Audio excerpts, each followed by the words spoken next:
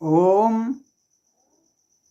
मैं कवि सुरेंद्र चौरसिया बिहार बोर्ड के बच्चों के लिए एक सारांश सुना रहा हूँ संस्कृत का।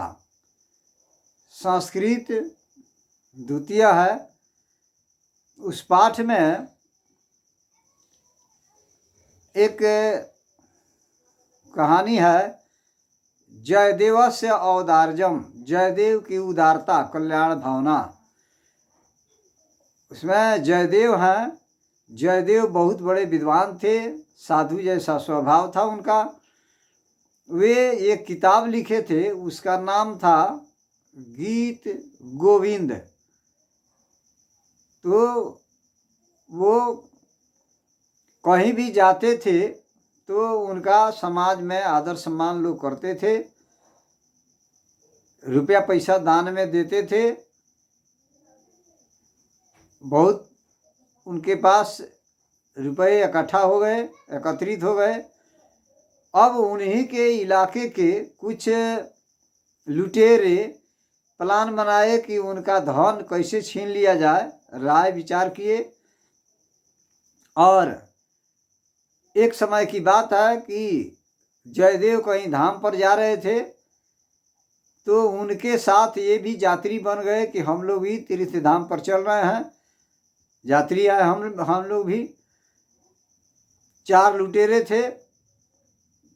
जिस सवारी से जयदेव जा रहे थे वह सवारी जंगल से होकर गुजर रही थी। जब बीच जंगल में सवारी प्रवेश की तो चारों लुटेरे जयदेव को सवारी से उतार लिए और जंगल के अंदर लेकर चले गए और उनका हाथ पैर काट कर एक सूखे हुए कुआं में फेंक दिए। कुछ देर के बाद जयदेव होश में आए तो वे भगवान का नाम ऊंचे स्वर में जपने लगे कि मेरे आवाज़ को कोई सुनेगा तो मेरा मदद करेगा। अब उसी समय उस राज का राजा लक्ष्मण सेन, गौड़ देश का राजा लक्ष्मण सेन जा रहे थे, तो वे सुने कि इधर से किसी की कराहती हुई आवाज़ आ रही है, दुख भरी आवाज़ आ रही है। वह अपने सैनिकों को बुलाकर जयदेव के पास ले गए, जहाँ वे कुएं में गिरे थे। देखे कि एक आदमी कुआं में गिरा हुआ है, हाथ पैर कटे हुए हैं। सैनिकों द्वारा राजा ने बाहर निकलवाया और वे राजा लक्ष्मण सेन अपने राज्य में लेकर चले गए। वहाँ जाने के बाद बहुत बार पूछे कि ये बताइए कि आपके हाथ पैर को जो काटे हैं, क्या आप उन लोगों को पहचानते हैं? तो ये पहचानते थे लेकिन बताए नहीं, इसलिए कि राजा का शासन जो है बहुत कड़ा है। अगर मैं बता दूंगा तो राजा उस चारों को फांसी दिलवा देंगे, वे उनकी औरतें विधवा हो जाएगी, बच्चे अनाथ हो जाएंगे। इसलिए दया भावना से वे लुटेरों के विषय में कुछ नहीं बताए, जबकि वे जानते थे कौन कौन हाथ पैर काटे थे, उनको मालूम था, वो पहचान लिए थे। अब राजा अपने ही राज में उनको एक बहुत बड़े पंडित के स्थान पर, जो पंडित का सबसे श्रेष्ठ स्थान था, उस पर रख लिए कि हमारे राज में रहिएगा, कथा पूजा कराइएगा, यहीं पर रहिए।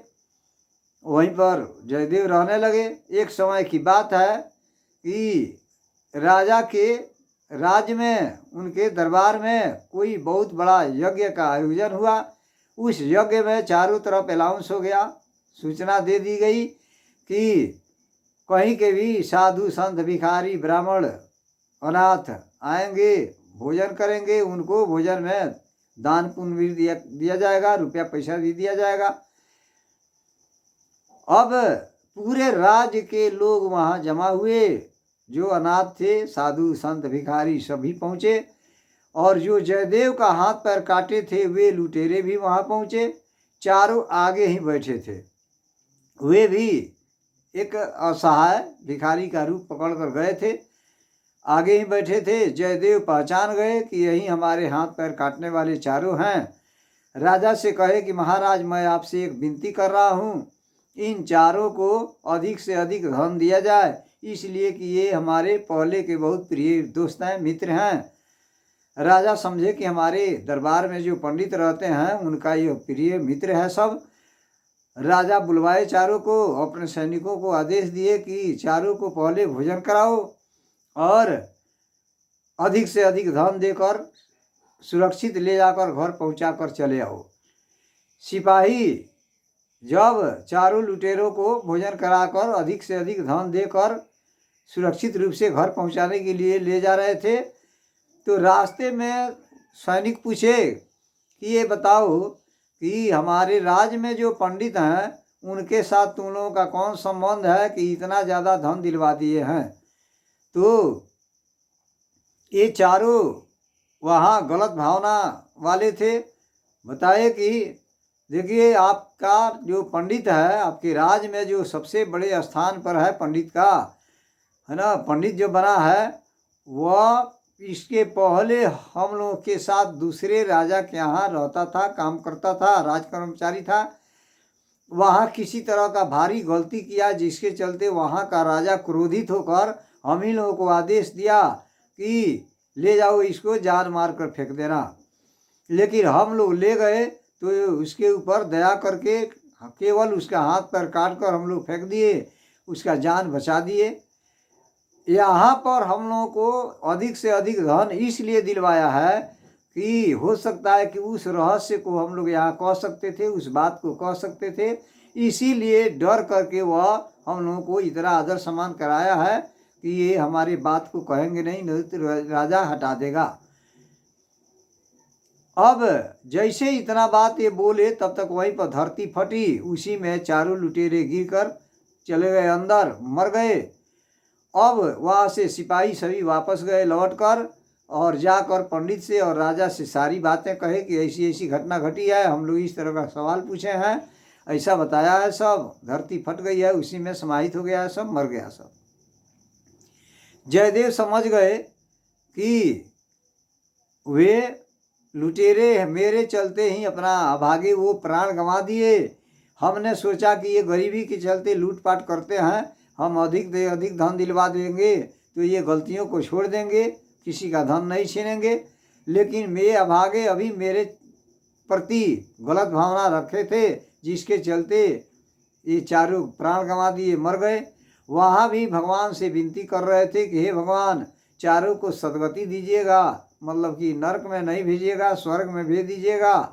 जैसे इतना बात जयदेव कहे, तब तक वहीं पर यह जो उनका हाथ पैर कटे थे, दोनों हाथ और दोनों पैर एकदम ज्यों के त्यों पहले जैसा निकल गए। यही कहानी है। देखिए विद्यार्थी बंधु, अगर मेरी बात अच्छी लगे तो आप इस वीडियो को ध्यान से सुने, देखें और मेरे आवाज़ को ध्यान से सुने। जरूर आपको लाभ मिलेगा। कहीं से भी ऑब्जेक्टिव प्रश्न आएंगे, आप बना सकते हैं। अगर मेरी बात अच्छी लगे तो मैं आप लोगों से निवेदन कर रहा हूँ कि इस चैनल को सब्सक्राइब जरूर करें, लाइक जरूर करें, कमेंट भी लिखिएगा कि क्या कैसा लगा। इसी के साथ जय हिंद, जय भारत, जय तिरंगा।